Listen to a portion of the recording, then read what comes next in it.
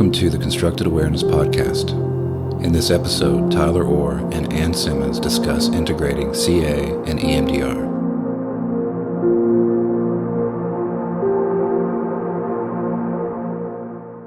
Welcome to another episode of the Constructed Awareness Podcast. My name is Tyler Orr. I'm the creator and developer of Constructed Awareness, CA for short. Today we have Ann Simmons. We're going to talk about Constructed Awareness and EMDR. How are they similar? How are they different? So would you like to say hi and introduce yourself? Absolutely. Thank you for having me on, Tyler. I'm Ann Simmons. I'm a clinical social worker located in Greenville, South Carolina.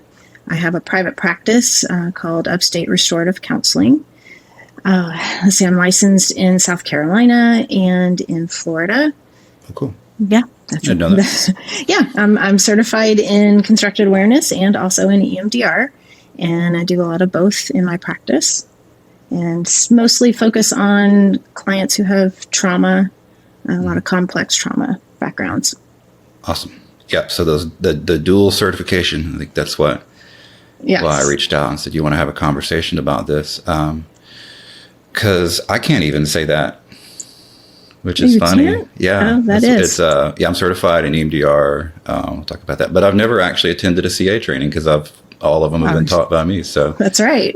So yeah, you got one up on me. You're certified, and I'm technically not. But yeah, so you're one of the few people in the world who is certified in both. Yeah. Pretty That's cool. Something, huh? Yeah.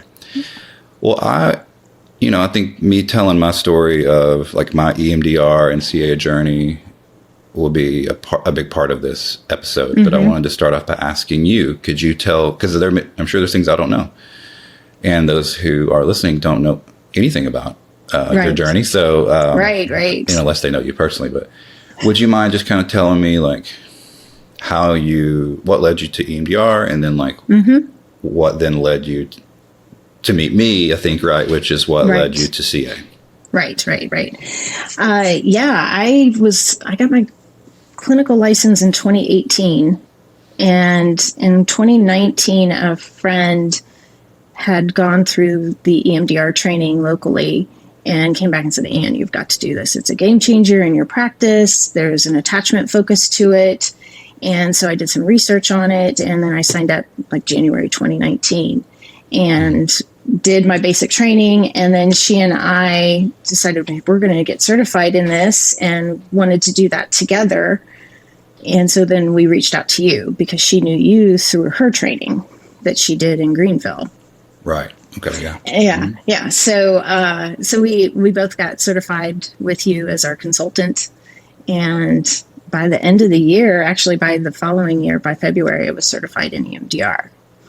And then I think you and I kind of went our separate ways for just a short time. And I'm not even sure I remember why we reconnected, but we did. And then you started telling me about CA and how you had developed this model. And at the time, it really resonated with me.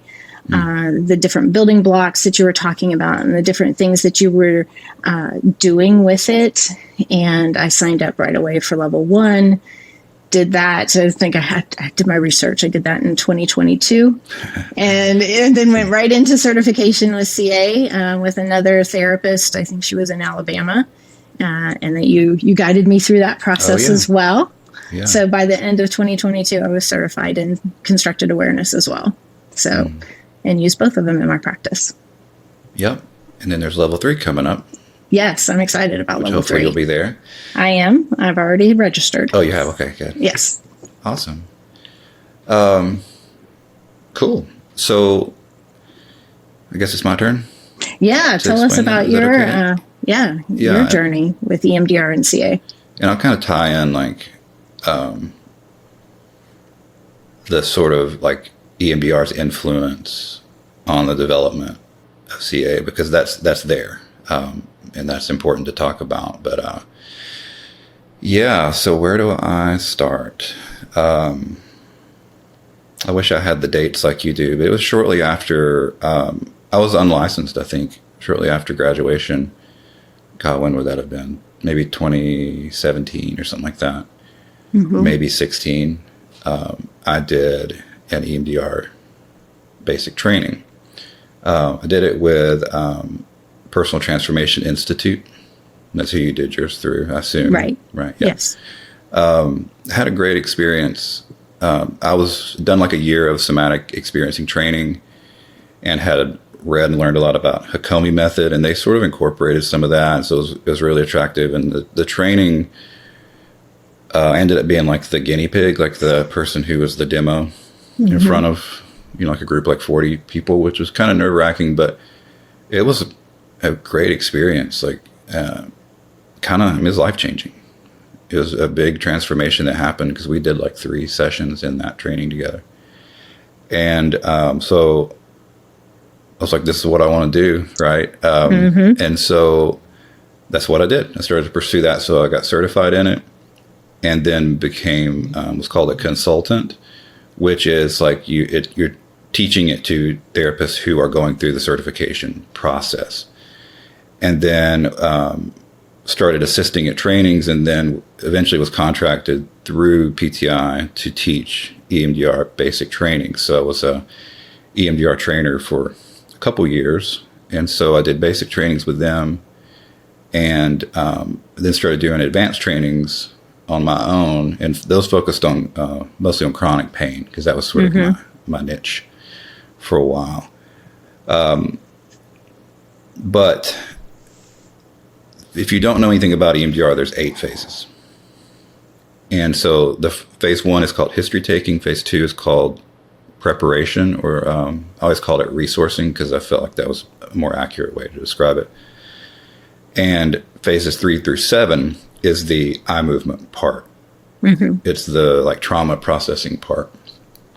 And then phase 8 is like basically just how you pick up from the previous session and process more. So, but phases 3 through 8, the developer, Francine Shapiro, she created this like structure, and it's a structure. It's a script that you follow, and you're encouraged to follow the script, and it's a great script. It works.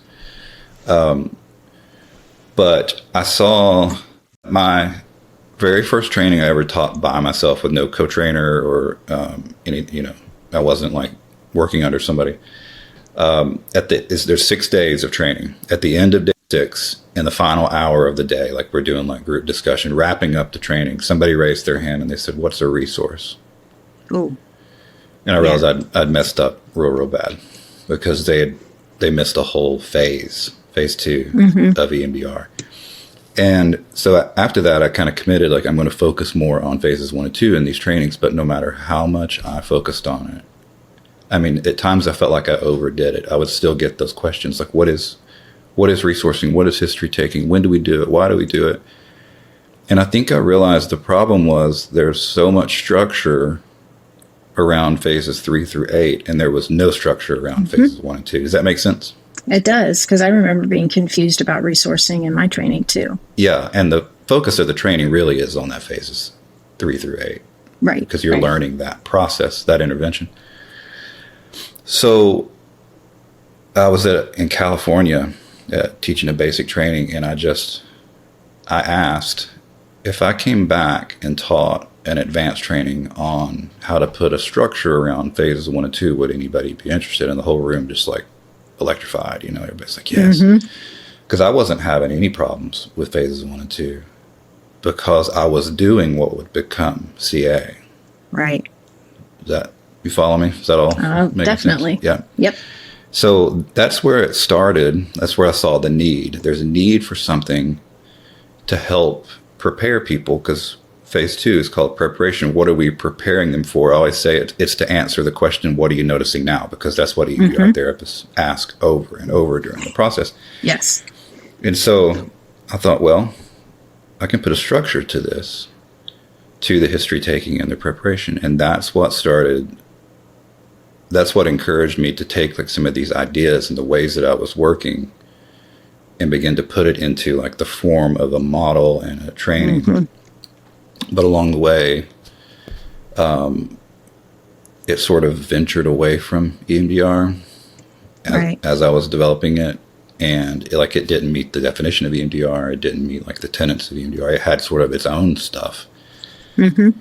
So I decided in 2020 to stop teaching EMDR and start commit to developing and teaching constructed awareness. Yeah, so that's sort of my journey. I also wanted to say, okay, can I talk about CA for just a second? I think that would be... Please, yeah. Okay, because if you're just listening to this and you don't know what CA... Maybe you're here because you know EMDR, you don't know CA, so I'll do a quick spiel. So there's 3 principles, like foundational principles for CA. Hopefully you remember them, right? So I do remember them. Okay. The first one is, if you bring awareness to something, it changes it. It's like little kids behave differently when they're being watched versus when they're not, There's things that you'll do alone that you wouldn't do in front of me or other people because the observation, right? That awareness itself has the power to bring about change. Probably need to do a whole podcast on that. You could. Yeah. But we'll leave it there for now. But so what do we bring in awareness to? We're bringing awareness to what we call the 3 building blocks. So the second principle is that everything you've ever experienced is only made of 3 things. And those are your thoughts. And then that's the first building block, the mental building block. Sensations you feel in your body, that's the sensation building block. And the your external senses, so the external building block. And those 3 domains of reality construct every experience that you have in your life. Like every moment of your life is a construction of those 3 parts. And then the third principle is that most people naturally orient more to one of the building blocks more than the other 2. And by orient, we mean they rely on that one building block more than others. I'm mentally oriented. I rely on my mind to regulate myself, to connect to other people. I think we've determined that you're externally That's correct. oriented, right? So you focus more outside yourself, regulate yourself with your environment and with the people around you. Does that sound right? That sounds right. Yeah. That is not my reality whatsoever. My wife's a great example of a sensation-oriented person. So she's like a body moving through the world. So she regulates herself with her body, her feelings take much like a bigger place in her life than our lives. So she regulates through like movement and through like crying and that kind of thing. A very physical existence. And I noticed that doing EMDR. Yeah, I noticed that too in the processing. Yeah. That anybody who was sensation oriented would tell me about all this movement in their bodies. Yeah. Or it would be, well, I think, or, you could tell their responses were very thought oriented. Or externally oriented clients, they'll tell you about anything but themselves, right? Right. Things externally focused. So like that concept, that theory became clear. Like I first noticed it while doing EMDR with clients because, if you're watching the video and not just listening, I'll do hand motions, but I'll try to explain it. But if you don't know anything about EMDR, it's actually a pretty simple therapy to do for the therapist because like you wave your fingers or the client taps or some sort of back and forth rhythm that happens. Right. And so you'll do what's called a set of that. And then you stop and you say, what are you noticing now? And whatever the client says, you say, go with that. Go with that. Go with that, Keep going with that. Or notice that. That's kind of what I prefer. Yeah. So I'll do the eye movements. And you do it again. You do that over and over. What are you noticing now? Go with that. What are you noticing now? Go with that. What are you noticing? Just over and over until the client feels better, essentially, has processed the thing. But I noticed that sometimes when I would say, what are you noticing now? Some clients would answer with all thoughts, like you said. And then other clients would answer with all sensation. And others would answer with talking about other people, or they would focus on like me. Right? Like I could tell they were worried about me, or they were editing themselves or their response to make sure that I was comfortable. Right? And they would even, you've probably heard that before, like, what are you noticing now? I'm just afraid you're going to be mad at me. You've probably I'm doing it wrong. And and so then I started to realize, okay, they're relying on like one part of their experience, and these other parts are like less developed. And then I started to realize, well, they kind of do that outside of session too. Like when they talk about their experience, it's like some people are moving through life, their minds are they're using their mind to navigate things. Other people, it's their body and external.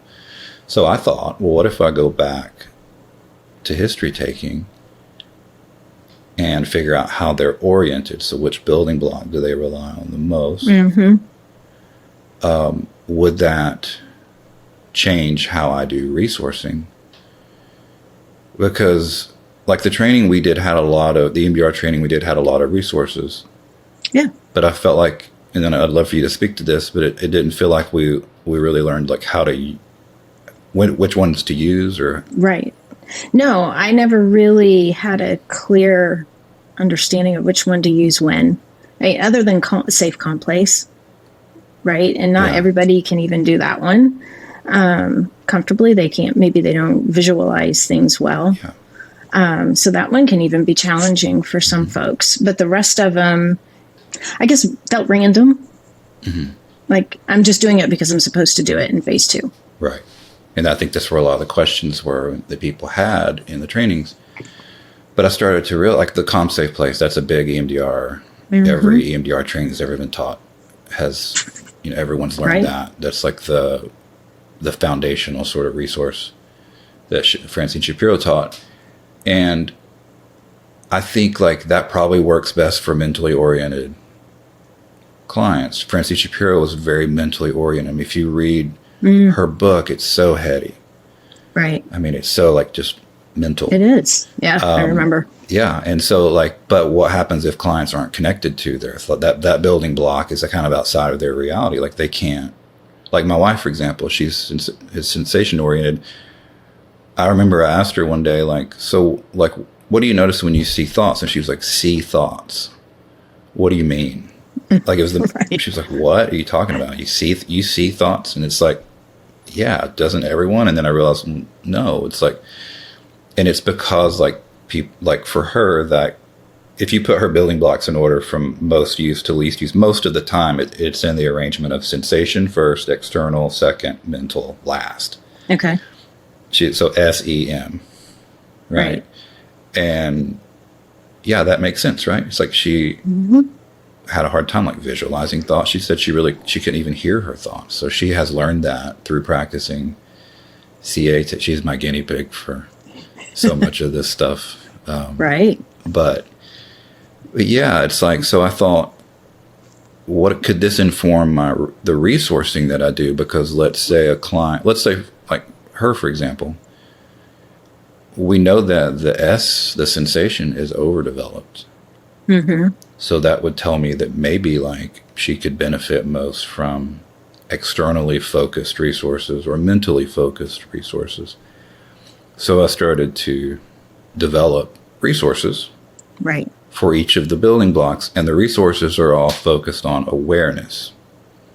Like how do we expand awareness of those building blocks? Because the goal at first was like, okay, so like me, for example, I'm mental. It's up here. It's most developed.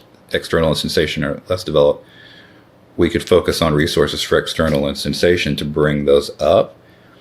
Because I wondered what would happen if I asked, what are you noticing now in EMDR? Mm-hmm. How much would it improve the processing if someone could answer that question from all parts of their experience rather than just one? Right. Absolutely. And as you can imagine, in my experience anyway, I don't know about yours, but it was a big difference, drastic. Mm-hmm. So I felt like I finally have a grip on like how to do phases 1 and 2. There's a structure, a framework of these 3 building blocks. It creates kind of a blueprint for what to bring awareness to. Yeah. It's easier to answer that question of what are you noticing now when you've had some practice at noticing some different things. That's right. What are we preparing for in phase 2 is to answer that question. Right. Absolutely. And so that's why, like in the resourcing, my focus became like, I'm asking the question, what are you noticing now? Like a million times before we get to the processing, because Mm-hmm. they're used to that question once they get there. Right. Yeah. Yeah. No, that makes sense. So at first, were you using like the CA level 1 stuff to enhance EMDR? Yes. Yes. Yeah. I remember my mind being blown through level 1 training, and then being able to go back to my clients and start introducing this. And it was amazing, the response that I was getting from my clients that I've been doing EMDR with for a long time. I would kind of pause it and say, okay, let's look at some of this. And then You just went back to kind of went back a little bit. Yeah. And they responded really well. And it did widen their awareness of a fuller experience. Yeah. And it still does, and I integrate it all the time now. So it did feel like the missing piece for me in my practice, in being able to access these different ways of experiencing the world. Yeah. Great. Yeah, what were the responses like? Or how did it shape like how you did therapy? Oh, that's a good question. Let me think about that for a moment. Well, because I was going through that journey myself, right? Of going through level 1, I was doing all of these exercises Personally? Yeah. And becoming more aware of my own experience. And in fact, I thought my orientation was one thing, and it really was a different thing because I didn't have the language to describe it. I didn't really understand how to describe it. So I thought I was an EMS, but really ESM more often than not. Yeah. But I didn't have the language to describe sensation. So I think that was one of the valuable things through the resourcing with CA, is that now clients have language that they didn't have before. Right. Whether it's sensation, whether it's externally, which the external resources I have found are so good for so many different things. Just even grounding somebody. Yeah. In the present moment. It's just those are great. And then the thoughts, when you go through a thought exercise with them, and you have them listening to a song perhaps, and then switching to the picture, people will get done and they're like, whoa, that was amazing. Yeah. Yeah. Maybe we should talk a little bit about like those resources. Mm-hmm. Because sure. that would fit with that second phase of EMDR. But like I said, all the resource, like Francine Shapiro talked about resources. She called it RDI, so resource. I don't even remember. Yeah, I can't remember. Dang. So look it up if you're listening to this. RDI, resource development and installation or something like that. So you can hear the mental orientation in the terms that are used, throughout EMDR. But she kind of, the resources, they seemed more like affect regulation, coping skills sort of resources, like things to make you feel better. Right. And that's not what we do, because remember that first principle is if you bring awareness to something, it changes it. So we don't try to change the client's experience. Right. Our goal is to try to deepen their awareness of their experience, whatever it is.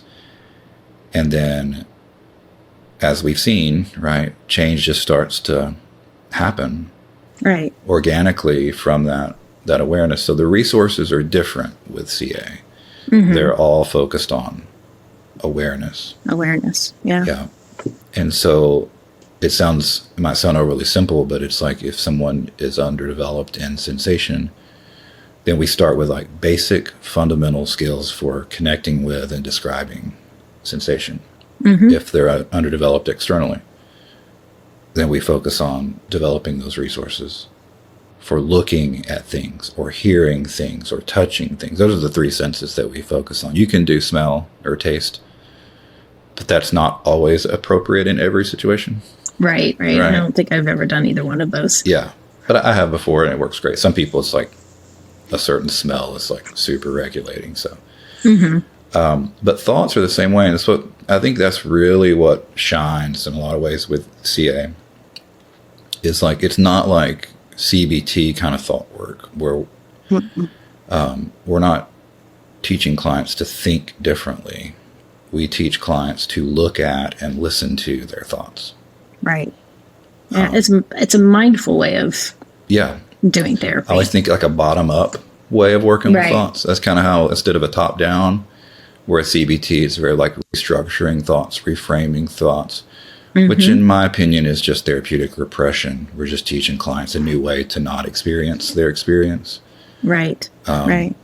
Which I don't think is ultimately very helpful.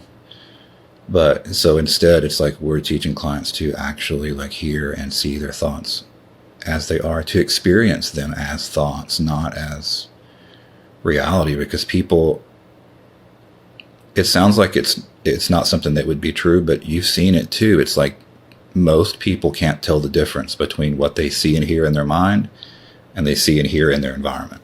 Right. Or what they feel in, with their skin, or what they feel inside. So it's like the lines are blurred between those domains. Right. And that's a confusing way to live if you can't tell like really clearly what's a thought, what's a feeling, what's happening outside of you. It can get really confusing. And I think that's what leads to most issues, really, that bring people. Anything, is that bringing up anything for you? It's just making me think about the emotion tracker and how helpful that is. And that is just it's a standard thing I give everybody now. I mean, they can expect it.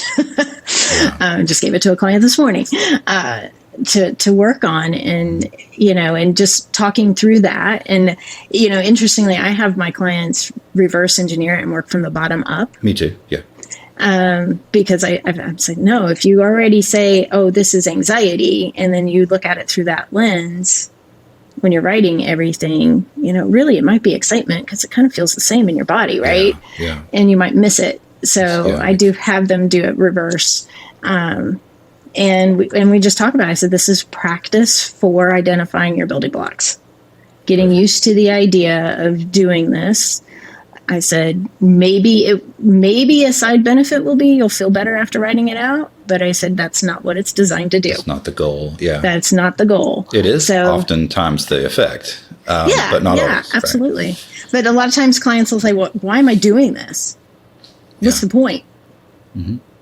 What do you say? So, well, the point is to start learning about these different building blocks and how you experience them and identifying them and describing them. Yeah. And they're like, starting at the bottom, right? The basics. Yeah. It's like, and I explain to clients, it's like, we're going to learn like fundamental skills. Like I grew up when I was a teenager playing guitar, and like the teacher that I had wanted me to learn like scales and finger exercises, and I just kind of refused. And I didn't learn the fundamentals, and that really caused me to plateau later as a player. Like I just couldn't get better because of that. And so it's like without those fundamental awareness skills, and some people, they kind of need to start with that, and that's fine. Absolutely. Yeah, I mean, everybody, I don't know if have you ever had a client come in and they're just fully aware of all parts of their experience and just, I can't think of one. I don't know anybody really who... They don't come to therapy. You're right.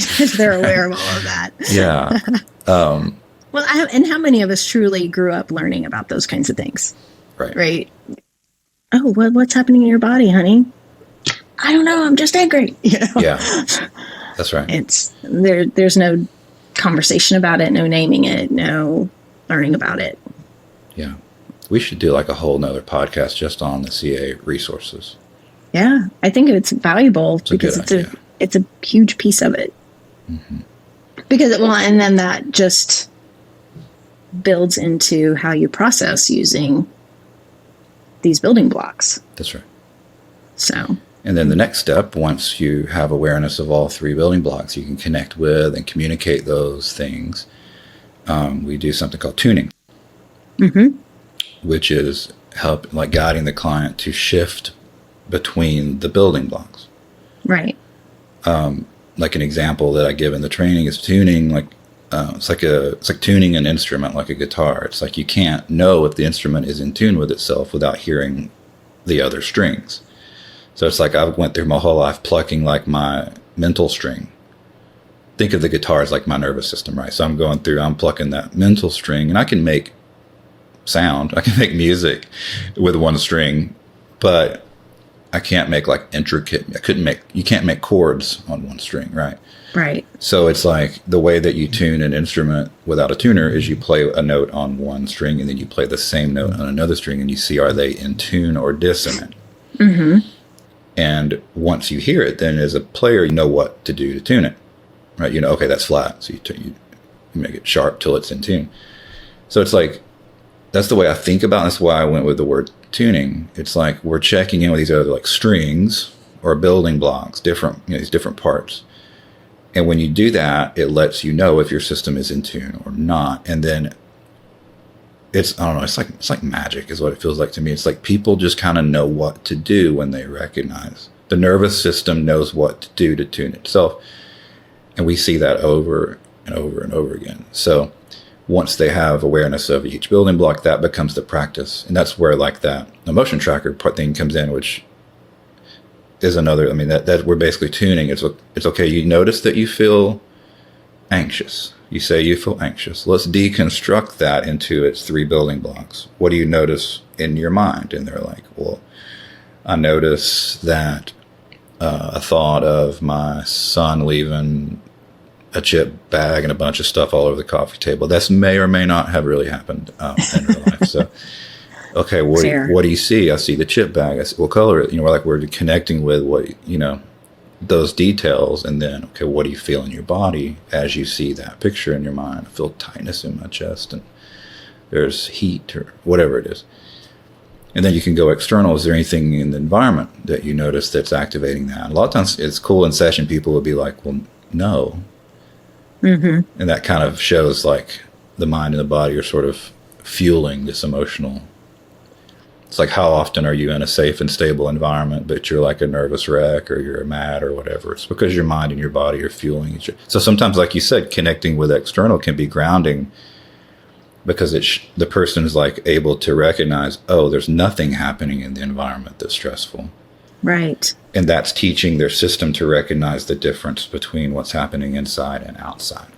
Right. It starts to create some distinction between those parts instead of everything being like tangled together.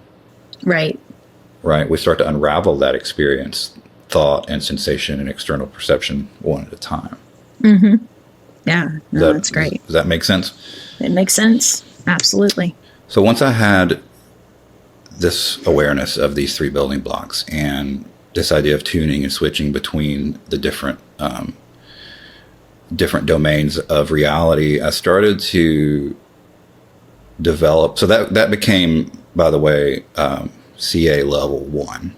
Mm-hmm. Okay. So let me just say this real quick before I forget. There's 8 phases of EMDR. You could hold up the 2 phases of CA next to it. So it's like EMDR is phase 1 and 2 is history taking and preparation. That's essentially what we're doing in the phase 1 or level 1. Level 1, right. That makes sense? Yep. And then phase 2 of CA is processing.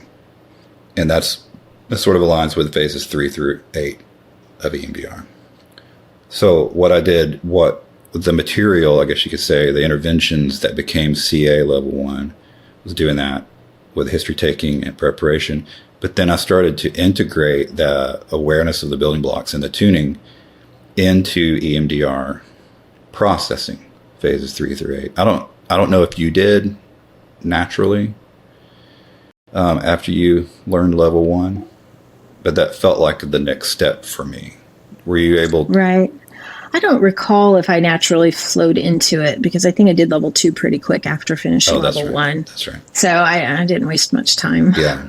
So instead of saying, what are you noticing now? The big overarching question, I started to ask more like, what do you notice in your thought that we're seeing right now?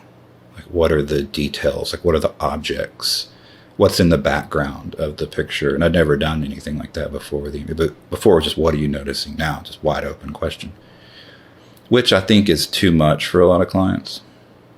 it's too big, like the unlimited Can be. possibilities of how you could answer can overwhelm people or underwhelm them, cause them to dissociate. Right. So I'd ask like specific, like, what do you feel in one sensation in your body? Like, what's its temperature? How much does it weigh? What's its size? What's its weight? Those things. Or then I started doing like tuning external during EMDR processing. Like, what do you notice in the room? I found that to be like kind of real, like grounding, and would like reset the process. Right.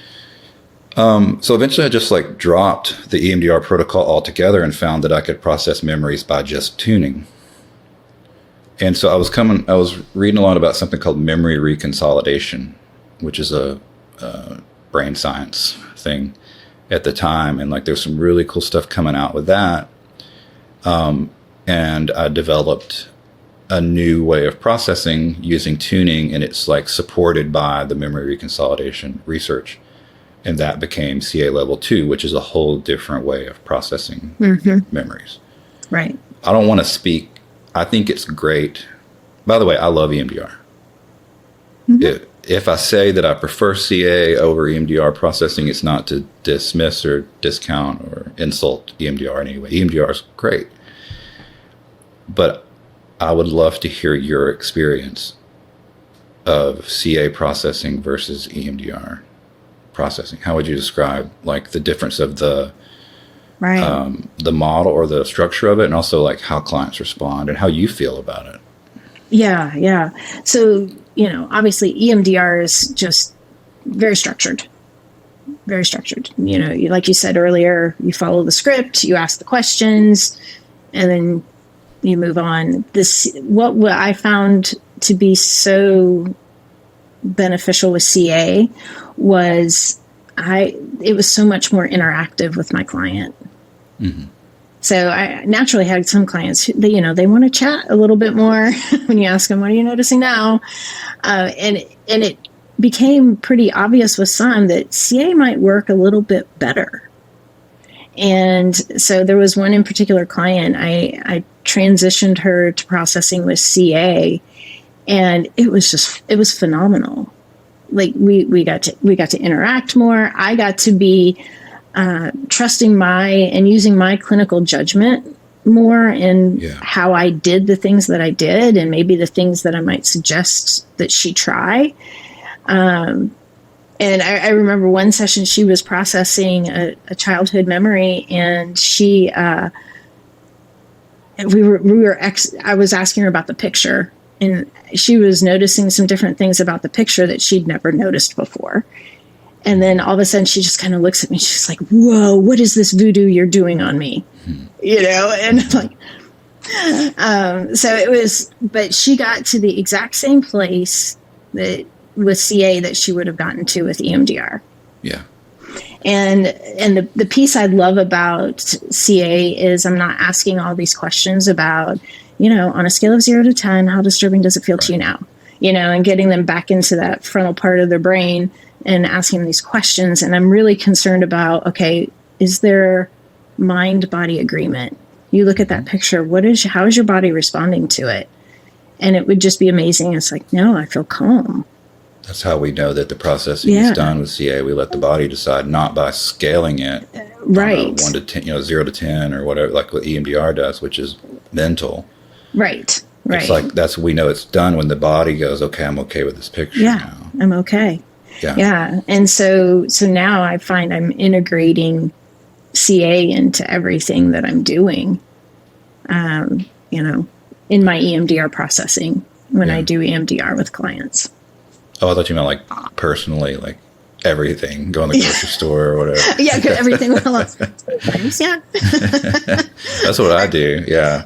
Yeah. I don't know if I told you about this. I remember when I did the level 1 training, my husband and I went for a hike, and we were walking down a trail in the mountains, and there's a stream beside us, and I'm just kind of walking down and listening to the stream, and then I take a step and I don't hear the stream anymore. And so I'm standing on this trail, and I'm going, stepping forward, nothing. Jumping back, wow, I can hear it now. Stepping forward. And I'm like, Scott, come here, try this out. Notice this. Something I probably would have never brought awareness to. Just becoming more aware in general. Yeah. Yeah. So yes, it does happen in everyday life. You do start to embody it. That's right. And the therapists who do have the best success with it are also the ones who really embody it. And what I think is another thing that's different about CA than EMDR is like there wasn't really like in the EMDR protocol anything to like embody or to like impact me personally as a therapist, as a person. Right. Yeah. Or I think CA has a lot of potential to do that. I think that's a big part of what the training is. It's like helping therapists to expand their awareness of themselves, because then that naturally overflows into the work. Yeah. So what are some other like similarities? Some other similarities. There is a structure around. Yeah, there is a structure. The way that we process memories, we call it memory reconstructing. And there is a structure. And like I said, that structure is sort of informed, I guess is the right word, by the memory reconsolidation. So there is a script that you follow, but like you mentioned, it seemed like you felt like there was more flexibility. Yeah, and because you're right when you say that, I'm like, yeah, there is a script. It's like you forgot there was a script. I kind of did, but it's kind of like those beginning questions with EMDR, and you're leading the client into, okay, bring up the memory, the negative cognition, and we'll do a set. And we kind of have some questions that we ask and guiding them with CA in that. But it's like once you start processing, I think that's where it feels freer. Yeah. For me to kind of play with things a little bit. With things. Yeah, that's perfect. Yeah. Yeah. So we use something called tuning techniques, which is another similarity, because in EMDR there's a similar thing called cognitive interweaves. Again, notice how like brainy. Yes, that is very brainy. From Francine Shapiro. So it's something that you add to the process that helps it along. But we just do like a lot more of that kind of thing, because we as CA therapists, like I said, instead of what are you noticing now, it's what do you notice here? What do you notice here? What do you notice here? And so I think there's like 30 something, I can't remember the number, of tuning techniques that we cover in level 1. Right. And they're all awareness based too. Because again, we're never trying to make anything happen. There's like, I'll give you some example. There's one where the therapist guesses. Oh, in level 2, yes. Yeah, in level 2, and the reconstructing, yeah. And so when the client's looking at the picture in their mind, the therapist can make guesses about what they're seeing. Yeah. So it can be the floor is pink. They're like, no, it's like wood, dark wood or light wood, right? And so it's like sometimes I'll do something ridiculous, like I'll say, is there one of those like Budweiser posters with the horses with the big hooves, and they're like, no, but that causes them to go, well, I'll say, well, what is on the walls? What is on the wall, right? Oh, let me see. And now they're being curious. Yeah, you said something earlier that maybe, and I wanted to jump in, but gave you space. But like, we're trying to create what's called a prediction error, where the client predicts a certain outcome. Their brain predicts a certain outcome, but then they experience something different. In trauma work, that's like from the memory reconsolidation, they talk about that a lot. They call it mismatches also, mismatch experiences. That's where like really cool stuff happens in the nervous system, because that's the brain's job, it's to predict. So it's predicting that this experience is going to be a certain way, it's going to be terrible or whatever. But instead, like through curiosity, we're inviting the client to look like what is on the wall. So it's like, instead of focusing on the worst part of the memory, they're focusing on like things in the background, and like they're just like, they're experiencing it differently. And that happened like throughout a CA processing session, happens over and over and over, because we're moving around, right? And we're being curious about these different parts of the client's experience within those 3 building blocks. They just begin to experience that memory differently, right? And it just leads to really cool stuff. So, yeah, so there is a structure. but it's like a script, but it's really just to set up the processing. And once you get into that, there's all kinds of creative freedom where we can use those tuning techniques or just let the client's nervous system guide the process, which is great. Any other way it's similar?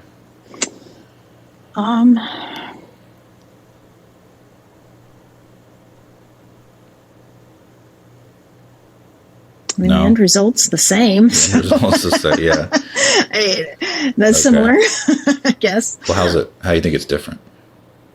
I think it's different in just, like you said, there is a structure, but it's not, CA is not set in its structure. The processing part, yeah. The processing piece.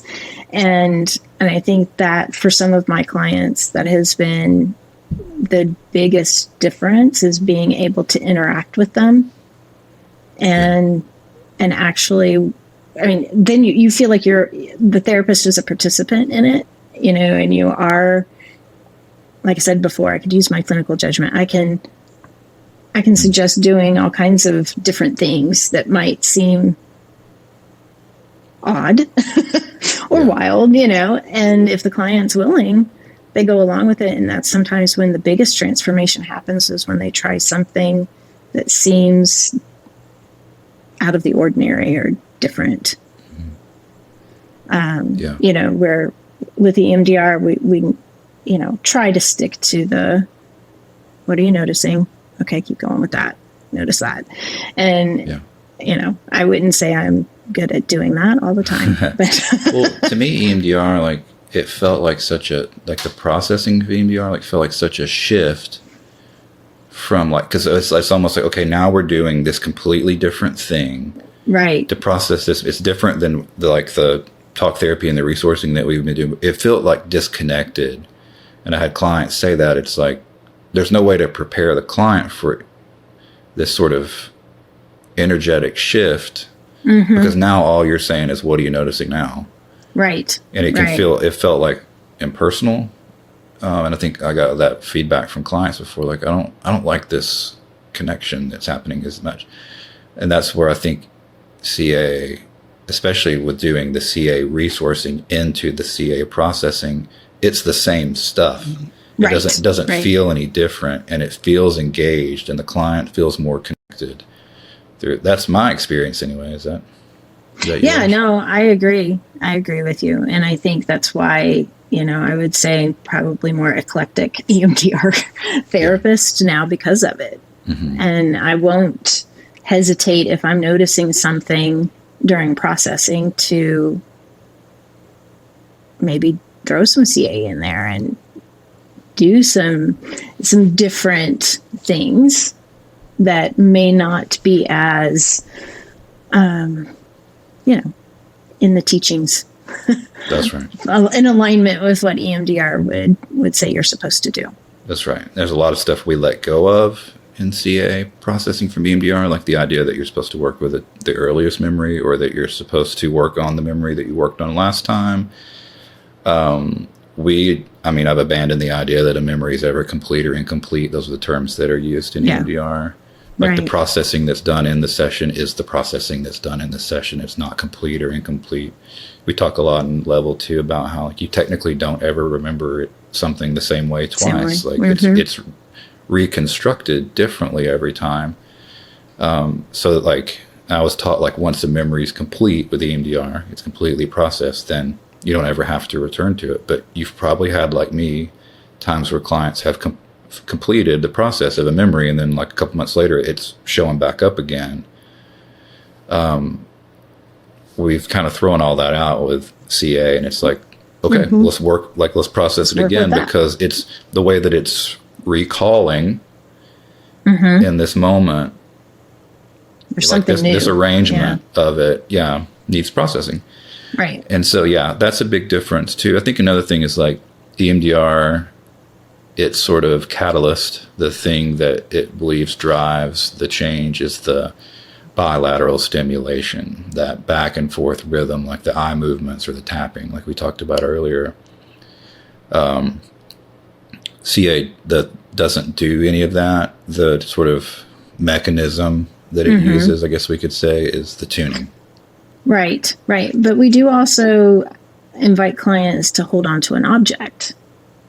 Now, it's not, they're not moving it back and forth. Yeah. But there is an external piece, I think, sometimes that, and we can use that even in the processing, right? Yeah. If they're talking about energy of some kind, and they can show us in the object. And we use those as like external ways to ground. Right. There's some, I can't speak to this directly, but I've heard from like talking with people that like there was some research that came out saying that the bilateral stimulation is not actually what makes EMDR effective. I did look it up in Francine Shapiro's book, in the big book that she wrote right before she died, like the last edition. There's a sentence where she says that. Yeah. And I'd heard that she actually wished she hadn't named it EMDR. She just called it reprocessing therapy. Wow. And now, like sort of the correct term within the CA or the EMDR community, they moved away from bilateral stimulation, BLS. Now they say dual attention stimuli, DAS. Right. And I think that's because there is a recognition that it's not actually the bilateral stimulation that's that drives the change. Right. I think it's the awareness. Right. Dual attention is what they call it. So dual attention being able to be present while you're recalling the past. So it's that present moment. Really, if you look at all therapy models that are effective for trauma, that's what they all have in common. They ask some version of, what are you noticing now? Right. And that is another way that they're similar, right? Is the dual awareness, the dual attention. Yeah, we're asking the same question. We're just doing it in a more, like EMDR talks about, like restricting the protocol. And I think that's what we're doing. We're restricting the awareness instead of this big wide open, what are you noticing? It's this restricting it to one part. Right. And that tuning, I think, really does kind of keep things, we always call it like the Goldilocks zone of activation. It's not too much, it's not too little. It's kind of right in that sweet spot. The window of tolerance, I guess, as I think it was Siegel that called it that. Yeah. Cool. So we've covered a lot of ground today. We did. We sure did. Great. I'm curious, like, let's say that there's an EMDR therapist out there who's listening to this. Like, what would you want them to know about CA? I would want them to know that CA is just going to enrich what they're already doing with their clients. And it's going to give them a broader, lack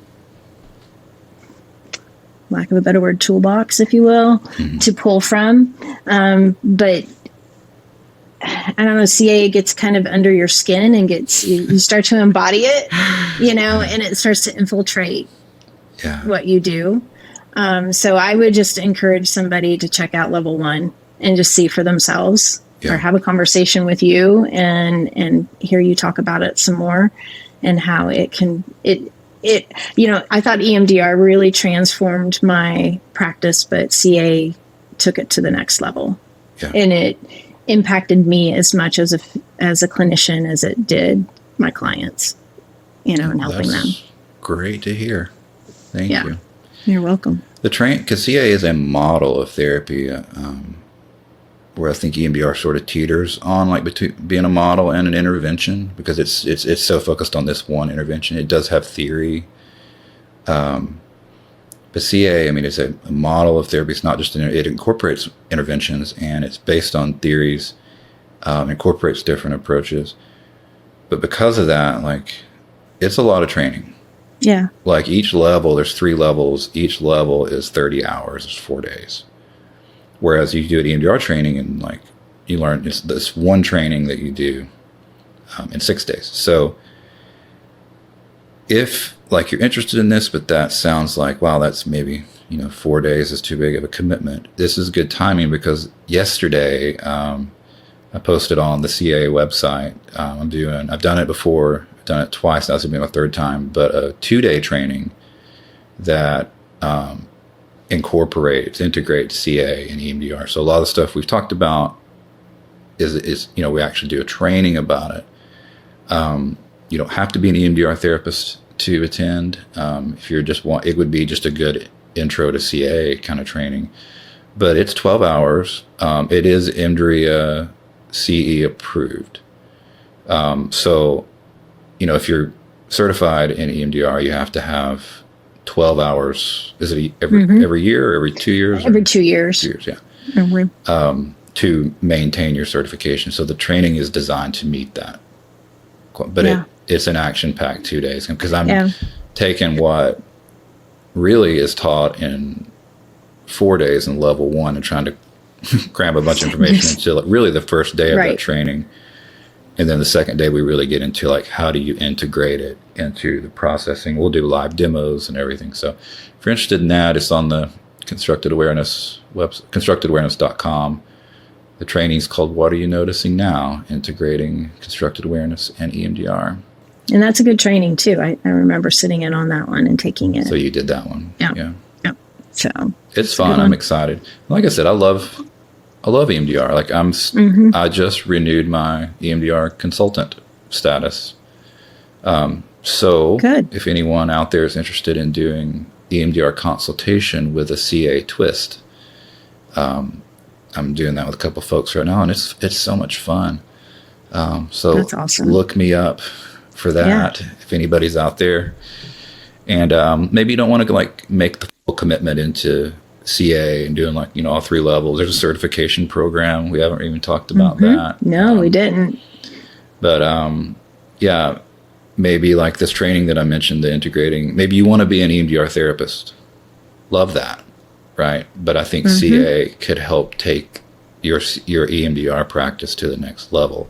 I agree. So this upcoming training might be really great. And if you wanted to do consultation, and like I said, I'm an EMDR consultant, I can do certification consultation. I could get you all the way through to be certified. Did that with you. And yes, you did. So, yes, you did. So I enjoy that very much. Cool. How are we on time? Right on time. Right on time. Awesome. That never Look happens. At us. So let's say somebody wanted to look you up and they wanted to work with you and they're in South Carolina and Florida. How would they find you? So they could find me at my website. It's at upstaterestorativecounseling.com, or they could email me directly at ann@upstaterestorativecounseling.com. Perfect. Either way. Yep. And I'll also say if a therapist wants to talk about it some more, and I'm happy to chat with them about my experience in more detail with both. Cool. And they could just email you. Yeah, they could email me. Sure. Happy to talk with them. Love that. Thank you. Sure. Well, if you want to know more about constructed awareness, there's lots of information at constructedawareness.com. There's upcoming trainings. We have free monthly consultation, even if you're not CA trained. Lovely person named Jamie Morehart does that, and once a month. So that's available. There's blogs, other podcasts, just like this. All can be found on there. Published papers. That's right. Yeah. So anything you would want to know about CA, the CA website is a great place to start. So you can also find a way to contact me if you want to learn more or talk to me directly about it. Anything I'm missing before we go? I don't think so. I think you covered it all. This was great. Yeah. Thank you for having me. Yeah, I think we covered all the bases.